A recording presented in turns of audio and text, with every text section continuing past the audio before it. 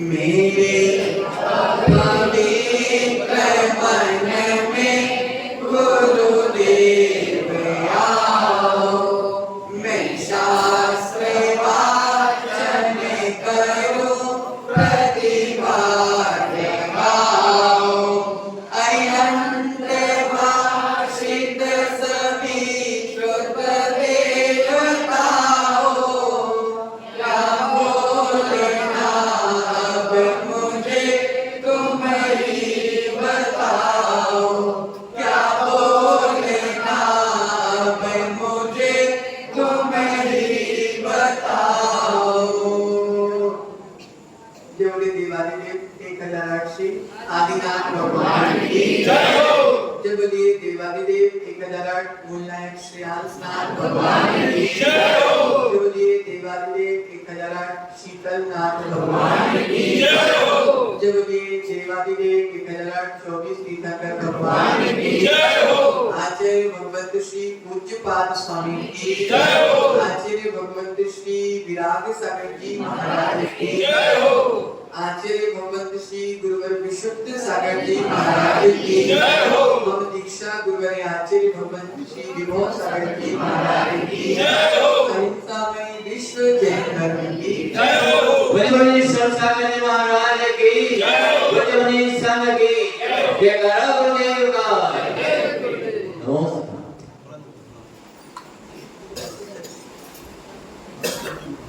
दुख से भरे हुए संसार में जहां जीव अपने परिणामों को व्याकुल करता है, उसी स्थिति में संभलने के लिए आचार्य भगवंत पूज्यपाद स्वामी ने हमारे लिए इष्ट उपदेश दिया है। उसी इष्टोपदेश जी की वाचना में आज अपन 12वीं नंबर की गाथा में प्रवेश करेंगे। सभी पुस्तक खोलेंगे। विपद भव पदावर्ते, विपद भव पदावर्ते, पद के वादी वाहते, विपद भव पदावर्ते, पद के वादी वाहते,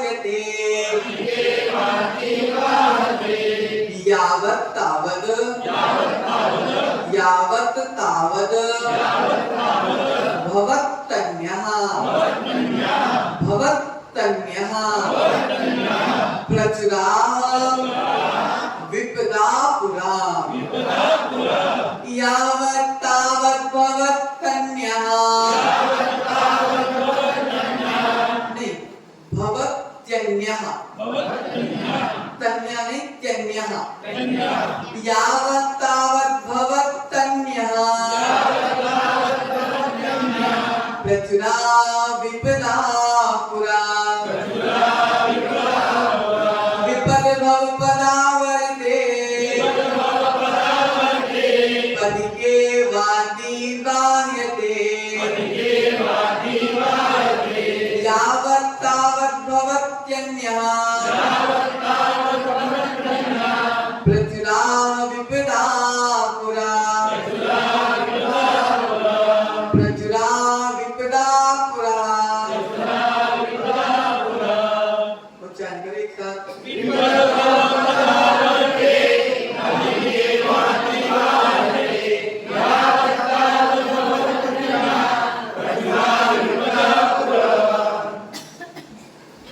यहाँ पर आचार्य भगवंत पूज्यपाद स्वामी एक उदाहरण के माध्यम से हमको बहुत गहरी बात समझाने का प्रयास कर रहे हैं। घटी यंत्र देखा क्या आप लोगों ने? किसने देखा? घटी यंत्र जो पैर के माध्यम से चलाया जाता है, कुएं के ऊपर लगा रहता है और उसमें अलग अलग डिब्बे बने होते हैं, उसमें पानी भर के आता जाता है और ऊपर खाली होता है और फिर दूसरे डिब्बे वापस क्या रेट बोलते हैं, रेट बता नहीं वाले थे आपको, रेट उसका शाब्दिक अर्थ रेड बोलते हैं, लेकिन उसका जो हिंदी का मूल शब्द है वो घटी है। प्रियात्मन जिस प्रकार वह कुएं के ऊपर या किसी जलाशय के ऊपर लगा रहता है, गोल गोल घूमता है, ऊपर खाली होता जाता है, पुनः नीचे से ऊपर की डिब्बे खाली होते हैं और नीचे के डिब्बे वापस भरने का। आचार्य भगवत मांगतुम स्वामी आचार्य भगवत पूज्यपाद स्वामी 12वें नंबर की गाथा में कह रहे हैं, जिस प्रकार घटी यंत्र होता है वह खाली भी होता जाता और भरता जाता है, उसी प्रकार इस संसार में विपत्तियां कुछ जाती हैं और वह खाली होती है और दूसरी विपत्ति हमारे सामने। एक विपत्ति को जाने में देर नहीं लगता भाई, और दूसरी विपत्ति को आने में देर नहीं लगता। इसी का नाम है संसार। प्रियात्मन संसार में ऐसा क्या है जो आचार्य भगवंत कहते हैं कि विपदाएं ही विपदाएं हैं। हमको तो बड़ा आनंद आ रहा है अरुण भाई, संसार में जैसा आनंद तो कहीं नहीं है, लेकिन आचार्य भगवंत तो कह रहे हैं कि संसार में विपत्ति ही विपत्ति भरी हुई है। एक को जाने में देर नहीं लगता, दूसरे को आने में देर नहीं लगता। एक विपत्ति प्रकाश भाई यूं गई और दूसरी विपत्ति यूं आ गई। प्रियात्मन आचार्य भगवंत कह रहे हैं, जैसे समुद्र में लहरें आती हैं, जैसे समुद्र में लहरें आती, एक बैठती है दूसरी आ जाती है, उसी प्रकार संसार में एक विपत्ति जाती और दूसरी विपत्ति सामने आ जाती। आज भगवंत पूज्यपाद स्वामी थोड़े आगे बढ़े, एक व्यक्ति मिला, उस व्यक्ति ने बोला कि महाराज हमारे जीवन में बड़ी संकट है, बड़ी परेशानी है, आप हमें आशीर्वाद दे दो कि हमारी संकट टल जाए। महाराज ने उनको समय निकालकर समय दिया, आशीर्वाद दिया और पुण्य हो गए से उसकी विपत्ति ठीक हो गई, सौभाग्य से उसकी विपत्ति टल गई। अब वो हर 2 दिन में महाराज के पास है, महाराज अब ये समस्या ठीक कर, फिर दूसरे दिन आए, फिर महाराज ये समस्या ठीक कर दो, फिर ये समस्या ठीक कर दो। फिर महाराज ने बोला इसीलिए एक बार आशीर्वाद देना भारी पड़ जाता है। एक बार आशीर्वाद दिया और रोज के अगर संसार के परपंचों को लेकर साधु के पास आएगा, अब साधु उनके परपंचों को सुधारेगा कि अपने कर्मों के परपंचों को सुधारेगा? प्रकाश भाई, साधु ने दीक्षा तुम्हारे परपंचों को सुधारने के लिए ली है कि अपनी आत्मा के कल्याण के लिए ली? बोलो प्रसिद्ध भाई। इसलिए आचार्य कह रहे हैं कि कदाचित कभी किसी साधु ने आशीर्वाद दे दिया और तुम्हारे भाग्य से, किसके भाग्य से विपत्ति ठीक होगी? स्वयं के भाग्य से ठीक होगी। अगर स्वयं के भाग्य से विपत्ति ठीक भी हो जाएगी तो फिर तुम साधु के पास बार बार जाओगे कि महाराज के आशीर्वाद ने काम कर दिया। विपत्ति जब तक संसार में, जब तक विपत्ति तुम्हारा पीछा नहीं छोड़ने वाली। अरे भाई, जब तक संसार में है, जब तक विपत्ति भी हमारे साथ में रहेगी, पीछा नहीं छोड़ने वाली। अनादि काल से हमारी रिश्तेदारी निभी हुई है, किसके साथ? विपत्तियों के साथ। प्रियात्मन अर्थात आचार्य भगवंत पूज्यपाद स्वामी कह रहे हैं, जिस प्रकार पानी के कुएं के ऊपर वह रेत लगी रहती है, एक डिब्बा खाली होता है, दूसरा डिब्बा पुनः भर जाता है, उसी प्रकार संसार में कुछ विपत्तियों का हल होता है और उतने ही काल में नई विपत्ति सामने खड़ी हो जाती है। प्रियात्मन आचार्य भगवंत कह रहे हैं कि विपत्ति जहां पर है वहीं संसार। अगर विपत्ति दूर हो गई तुम सुखी हो जाओगे, अगर परमानेंट सुखी हो जाओगे तो संसार में नहीं रहोगे। कहां पहुंच जाओगे? सिद्धालय पहुंच जाओगे।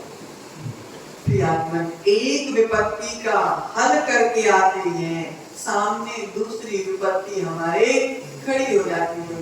प्रशित भाई, तुम्हारे छोरे का क्या नाम है? दीप। दीप की मम्मी ने आपसे बोला कि दीप के पापा तुम जाके बाजार से ये सामान लेकर आए।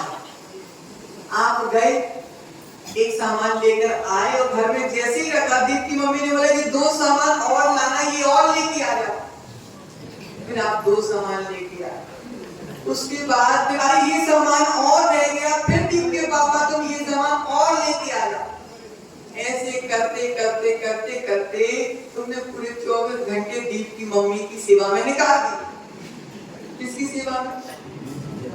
एक सामान लाए, वो सामान में काम पूरा हुआ, उतने में ही दूसरा काम तैयार, दूसरा काम किया, तीसरा तैयार, तीसरा किया, चौथा तैयार, करते करते करते करते तुमने पूरा समय बर्बाद।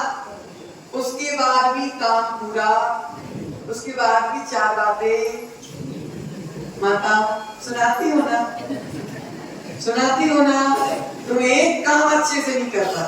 क्या बोलते? बेचारे ने पूरा दिन भर काम किया और बाद में क्या बोलती बात है, तुम्हारे पास की तो कुछ नहीं है, तुम एक काम भी अच्छे से नहीं कर पाते। यही संसार है। एक काम मतलब एक विपत्ति पूरी नहीं होती और दूसरी विपत्ति हमारे सामने खड़ी हो जाती है। समझ लो, गृहस्थी का काम करते करते भी तुमको चैन नहीं मिला, कितनी भी सेवा कर ली फिर भी चैन नहीं मिला। कोई ना कोई बुराई तो वो निकाल ही देती है बेटी। आचार्य पूज्यपाद स्वामी तुम्हारे लिए समता रखना सिखा रहे। प्रसिद्ध भाई बोलने दो, अभी उनका समय है, बोल लेने दो। जब हमारा समय आएगा, जब हम मुनि महाराज बनेंगे तो उनसे दिन में 10 बार पैर पड़वाएंगे, है ना प्रसिद्ध भाई? कर लेने दो, परेशान कर लेने दो, हमारा भी एक दिन समय आएगा।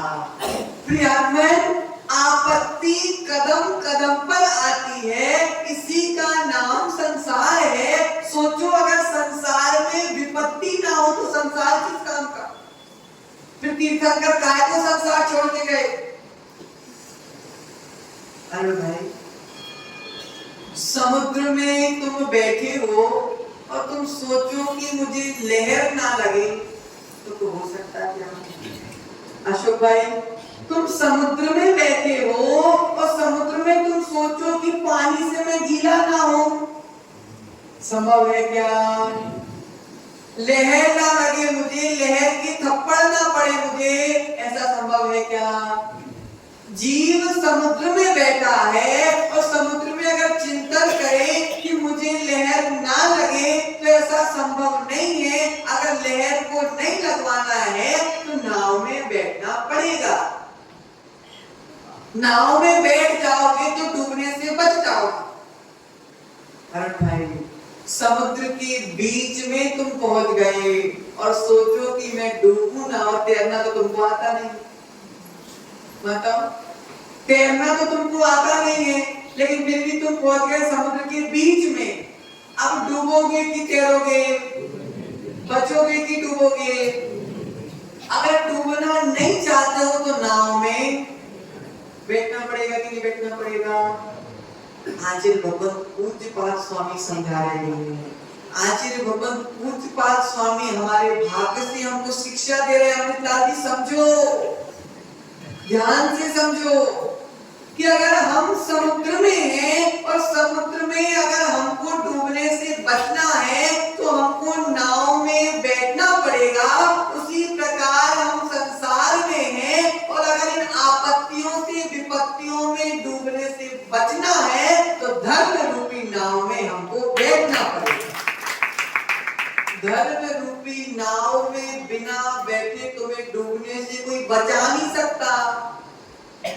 इसलिए आचार्य कह रहे हैं समझो, नाव में बैठना पड़ेगा, नहीं तो प्रसिद्ध भाई क्या होगा?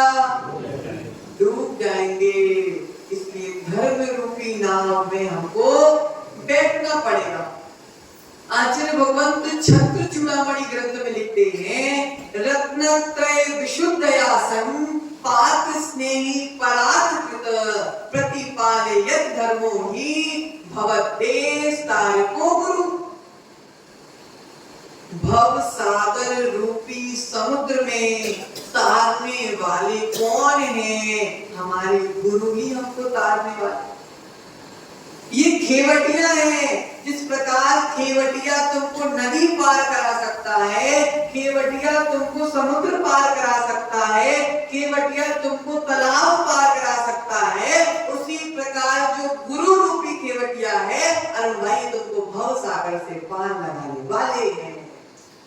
अब कौन सी नाव में बैठना है? लकड़ी की नाव में बैठना है कि पत्थर की नाव में बैठना है? गुरु रूपी लकड़ी की नाव। गुरु रूपी ये पत्थर की और मजबूत होगी ना। लकड़ी की तो पानी में फूल जाएगी, लेकिन पत्थर की तो नहीं फूलने वाली। लकड़ी की तो हल्की रहेगी। अपन तो अच्छी क्वालिटी वाली नाव में बैठेंगे ना, तो पत्थर की नाव ठीक है। आप पत्थर की नहीं, आप स्टैंडर्ड और मार्बल की नाव में। और प्रसिद्ध भाई बोल रहे आप मार्बल की में बैठो, ग्रेनाइट की में बैठो। कौन सी नाव में बैठो? लकड़ी की नाव में कि पत्थर की नाव में? मजबूत नाव में कि हल्की नाव में?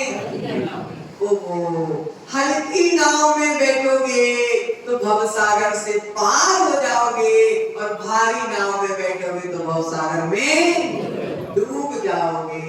ये संसार की जितनी विपत्तियां हैं तुम्हारे सामने, इस समुद्र है, अगर इनसे पार होना है तो धर्म रूपी नाव में हमको बैठना पड़ेगा। नहीं तो विपत्ति तो एक के बाद लगी हुई है, वे जाने वाली नहीं है। लेकिन अगर विपत्तियों को भगाने का प्रयास करोगे तो नहीं भगा पाओगे, लेकिन विपत्ति से तुम स्वयं दूर भाग जाओगे तो विपत्तियों से बच जाओगे। मुन्ना भाई दूर भागना है, कहाँ दूर भागोगे? घर में रहते रहते तो भागना मुश्किल है। देखो आचार्य भगवंत उदाहरण दे रहे हैं। भद्रबाहु स्वामी, आचार्य भद्रबाहु स्वामी, जिनके संग में कितने मुनिराज थे? 24,000 मुनिराज थे। अब 24,000 मुनिराज थे। मुनिराज को, आचार्य महाराज को संकेत हो गया कि अब यहाँ पर अकाल पड़ने वाला है। तो उन्होंने बोला कि संघ को उज्जैन से दक्षिण भारत की ओर विहार करना पड़ेगा, तभी हम रत्नत्रय की आराधना कर पाएंगे। लेकिन कुछ प्रकाश भाई जैसे समाज में 2-4 आगल पागल श्रावक होते, टांग खींचने वाले श्रावक, वो उस समय भी पाए जाते थे। अब उन्होंने 2-4-10 महाराज बाकी महाराजों को कान में क्या बात डाल दी कि हमारे पास बहुत पैसे हैं महाराज, 10 साल की भी अकाल आ जाए तो भी हम निवारा करा देंगे, हमारे पास इतने पैसे जुड़े हुए हैं। तो कुछ महाराज भी छेप समय क्या, तो महाराज ने श्रावकों की बातों में आगे श्रावक कह रहे महाराज अकाल आएगा आएगा आएगा, कहने से थोड़ी आता है, नहीं भी आएगा तो क्या हो जाएगा, लेकिन आ भी जाए तो हमारे पास बहुत पैसा है। भाई बहुत पैसा है ना, कितना पैसा है? बहुत पैसा है। समानी का उपनारा है, दूध उपनारा ना, इससे गैस थोड़ी मत्ती करनी पड़ेगी। तो ऐसे श्रावकों की बातों में वो आ गए मुनिराज, और जो मुनिराज गुरु की बातों में आए वो तो चले गए, और जितने मुनिराज श्रावकों की बातों में आए वो रह गए, और सब अकाल की चपेट में आ गए। और जिन मुनिराजों ने गुरु की बात मानी थी वो जाकर श्रवण बेदुला में क्या सामना कर रहे। इसलिए आचार्य कह रहे हैं विश्वास किया जिन्होंने गुरु के ऊपर वे बच गए, और जिन्होंने इन जैसे श्रावकों के ऊपर विश्वास किया वो डूब गए। आजकल क्या है, फोकट के ज्ञान देने वालों की संख्या ज्यादा हो गई है। बिना बोले और फोकट के ज्ञान देने वालों की संख्या ज्यादा हो गई, लेकिन आचार्य कह रहे फोकट के ज्ञान की कीमत नहीं होती। फोकट के ज्ञान की कोई कीमत नहीं होती। हम लोगों के लिए भी बताया गया, मुनिराजों के लिए, जब तक श्रावक बार बार निवेदन नहीं करे, जब तक महाराज को भी श्रावकों को ज्ञान नहीं देना चाहिए। अगर तुम उपद के ज्ञान देने का प्रयास करोगे ना, तुम्हारी इज्जत नहीं रहेगी। इसलिए जिनवाणी जिनवाणी भाग्यवानों को प्राप्त होती है और बार बार पुरुषार्थ करने वालों को प्राप्त होती है। अशोक भाई तुम निवेदन नहीं करोगे तो हम कमरे में बैठे रहेंगे, कितनी भी जनता आ जाए नहीं आने वाले, लेकिन तुम निवेदन करते हो। अगर तुम्हारी भावना जिनवाणी सुनने की है तो हमारी भावना भी जिनवाणी सुनानी। अगर तुम्हारी भावना जिनवाणी सुनने की नहीं है तो हमारे पास भी फालतू का समय नहीं है। तो आज भगवंत कह रहे हैं कि विपत्ति तो आएगी, लेकिन विपत्ति के समय वीरेंद्र भाई धन काम आएगा। क्या काम आएगा? विपत्ति के समय धन काम आएगा। जो जोड़ जोड़ के रखे हो प्रसिद्ध वो धन काम आएगा। सत्य की नहीं धर्म काम आएगा। ऐसे मुंडी विपत्ति के समय धन काम आएगा। सुनाई नहीं दिया, फिर से बोलो, धर्म काम आएगा। विपत्ति के समय धन भी काम नहीं आने वाला। विपत्ति के समय तो ये धर्म ही तुमको पार लगाएगा। इसलिए आचार्य भगवत पूज्यपाद स्वामी क्या कह रहे हैं? जिस प्रकार रेहट में एक गड़ी खाली होती है, एक डिब्बा खाली होता है, दूसरा डिब्बा पुनः भर के सामने आ जाता है, उसी प्रकार संसार में एक परेशानी के पीछे दूसरी परेशानी। महाराज बेटा नहीं हो रहा है, बेटी हो रही है, ठीक है, परेशानी गई, भाग बोले से बेटा हो गया। हमारा बेटा हो गया, बेटा खाता नहीं, चलो खाने भी लगा, दूसरी विपत्ति गई। अब तीसरी विपत्ति है कि महाराज बहुत परेशान करता है, चलो धीरे से तीसरी विपत्ति भी गई। अब बच्चा बड़ा हो गया तो स्कूल जाने में नाटक करता, ये भी विपत्ति गई। अब बच्चा बड़ा हो गया तो बच्चा बुरी संगति में फंस गया। अब बुरी संगति वाली विपत्ति गई तो बच्चे ने बाहर की लड़की भगा के शादी कर ली। तो चलो ठीक है, वो भी ठीक है। अब एक विपत्ति और टली कि महाराज अब बच्चे ने तो गाली देना भी शुरू कर दिया। अब गाली देने वाली विपत्ति हटी, अब बच्चा तो वृद्धाश्रम में पटकने की तैयारी करने लगा। पहले बच्चा नहीं था तो परेशानी थी, अब बच्चा है तो परेशानी। माताओं, संसार इसी का नाम, संसार इसी का नाम है। एक विपत्ति के पीछे एक विपत्ति, एक आपत्ति के पीछे एक आपत्ति। इन सब ये संसार का जो समुद्र है, इसमें धर्म जो कर रहा है, धर्म से जो जुड़ा हुआ है, वह समता भाव रखता है और अपनी आत्मा में सुख को ढूंढता है। तो इन विपत्तियों के बीच में रहते हुए भी सम्यक दृष्टि जीव, सम्यक ज्ञानी जीव रत्नत्रय के आनंद में सुखी रहता है। किसके आनंद में सुखी रहता है?